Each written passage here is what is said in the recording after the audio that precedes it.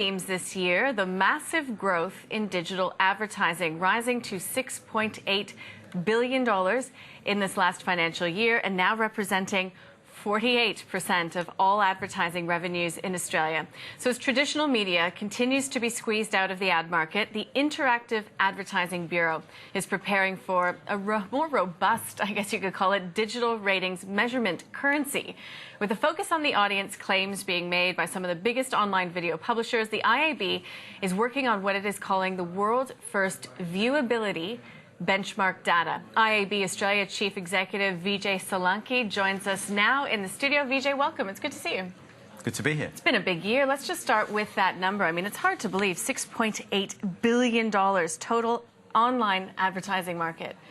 How big could that go?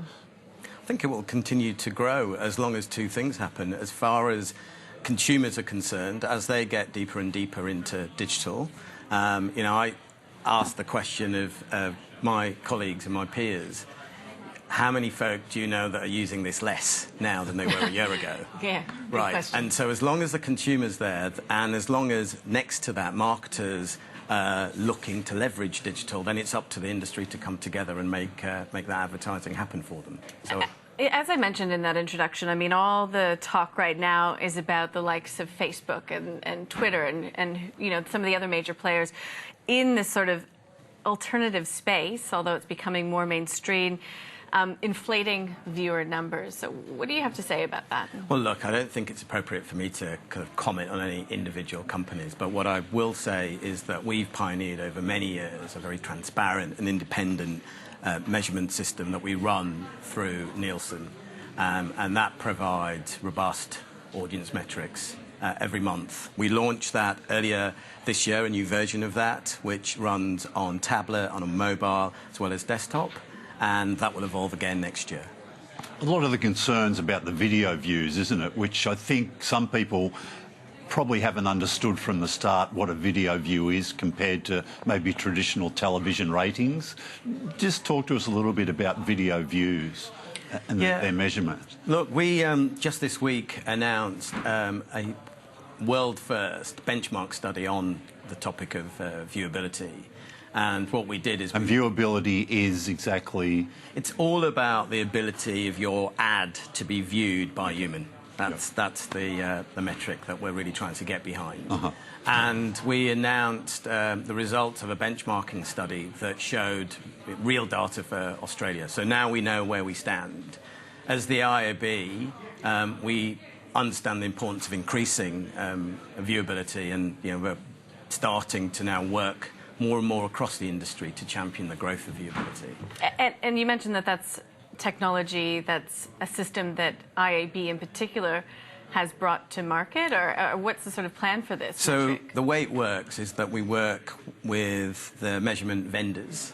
There's 3 or 4 of them that operate here and operate globally, and they provide the data, and then we've worked with PwC, PricewaterhouseCoopers, to check and validate that data to provide a benchmark of the percentage of desktop and mobile ads that get viewed. And do you think, is there a standard that you think your members adhere to in terms of sort of reporting the views of basically the ads? Yeah, so the IAB not so long ago announced a standard called the MRC standard, and certainly our members are working to that standard. And you'll find that the majority of certainly premium publishers are performing above that standard. And do you think there's a concern either maybe you have or some of your members have that a lot of this publicity is sort of negative for the sector in general? And particularly, I mean, you don't want to talk about Facebook, but most of the chat and the allegations of misreporting views, is there payback, you think, that maybe for the sector, or not really? Yeah, look, as I said to you earlier, James, it's probably not appropriate for me to pick on any individual company. For us, it's about the fact that we have a measurement system that we've pioneered over years with Nielsen. It's independent, it's transparent, it's audited. And we're absolutely about championing transparency and independent measurement within the industry. So that's key for us going forward. Talk about measurement. We've got a few graphics that you brought in with you just to show, and I believe that this is from the PwC report. This is what we were speaking about earlier, just that huge growth that we've seen in total online advertising this year. It's incredible, close to 30%, $6.8 billion. But I guess it's the breakdown in and amongst that that is also very enlightening. Just walk us through some of this data that has come through, because some of these gains are huge. I mean, when it comes to mobile, it's up 72% on FY 2015. Yes. Again, you go back to that very simple point of where's the consumer.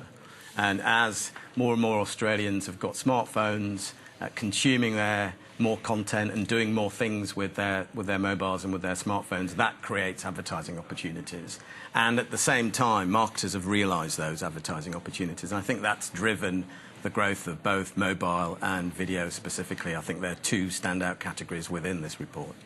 How about go ahead. Yeah, well, my question about that graphic we saw, Vijay, is that mobile growth, is that impacting on some of the other digital sectors, or is that, so is some of that money moving from them, or is it all sort of new money into the sector?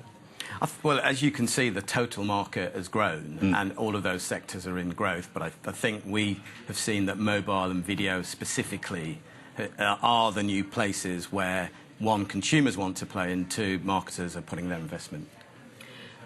I mean, ad blockers, something as simple as that. I mean, how much of a concern, how much of a challenge is that going forward, or what is being developed to sort of overcome that challenge? Yeah, it's a great topic. One of the things that I discovered coming into the role was a lot of questions around ad blocking. So we created a task force within the IAB. We brought together lots of different companies with different expertise to start to address this topic.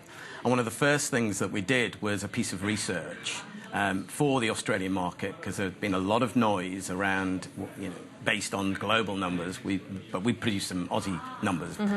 And so that gives us an absolute number. But more importantly, it starts to show why consumers that ad block are using ad blocking. And there's one particular insight which we thought was slightly surprising but incredibly compelling, which was one of the primary reasons for downloading an ad blocker is to protect against viruses. Right. It's not so much against the ad. Look, let's equally be realistic. It's a combination of things, and ads is one of the factors. So now that task force is going through that research, looking at producing guidelines that will help publishers and the industry tackle ad blocking where it needs to. One of the themes we've constantly had on the program this year is talking to more traditional people in media sectors who are expanding their digital businesses and getting in, especially magazine people who are launching bigger digital divisions, really trying to chase their readers across different platforms. Are you getting more members because of people realising they really need to be like on mobile devices and things like that?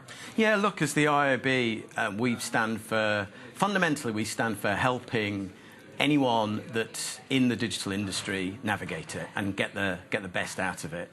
A big part of that has been measurement that we've talked about, and that will continue to evolve. But the other part is to better understand the technology. And we see two roles for us in that space. One is around the education, as you see all of these new technologies, as companies start to realise they need to come into that marketplace. And the second part is really creating standards and guidelines, so there's some consistency across the marketplace. Well, Vijay, you answered my last question, so we'll leave it there. Thank you so much for joining us. Appreciate it. My pleasure. That's Vijay Solanki. He's the CEO of IAB Australia. Well,